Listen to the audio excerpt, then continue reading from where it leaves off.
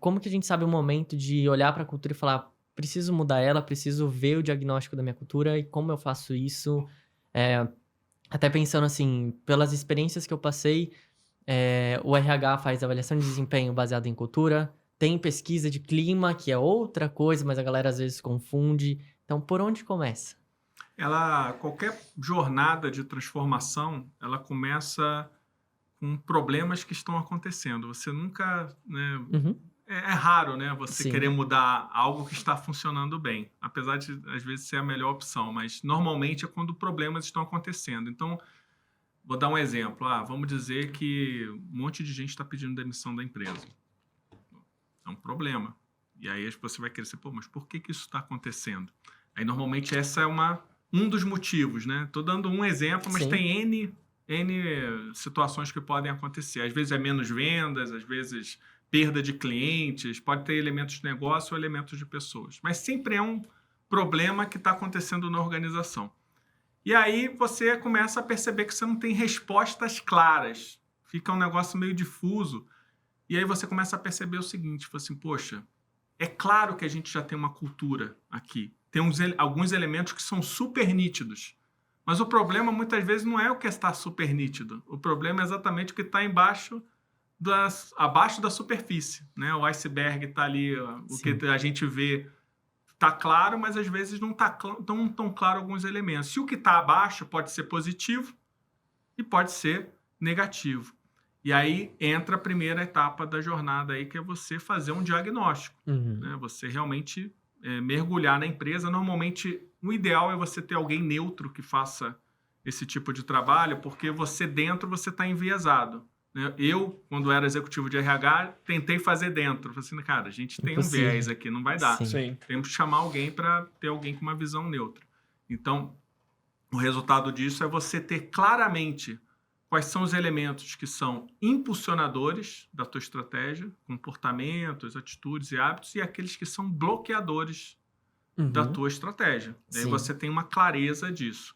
Quando você tem uma clareza disso, você fala assim, poxa, mas não é isso que eu quero. Ok, então o que você deseja, né? Qual é a cultura que você deseja desenvolver? Qual é a cultura que vai ajudar a tua estratégia a crescer, teu negócio crescer, se desenvolver? Aí a gente vai para a segunda fase, que é a definição da cultura desejada. Sim. Assim, pô, beleza, cara, defini aqui, só que isso está no PowerPoint. Está Aham. aqui na forma como a gente acha que tem que ser. André, como é que eu escalo e desenvolvo, dissemino esses comportamentos e atitudes em toda a organização? Aí tem uma série de estratégias que podem passar por mudanças no processo de RH. Então, a forma como eu recruto. Uhum. Recrutava de um jeito. Tem uma cultura desejada novo, vou passar a recrutar de uma outra forma. Gestão de performance.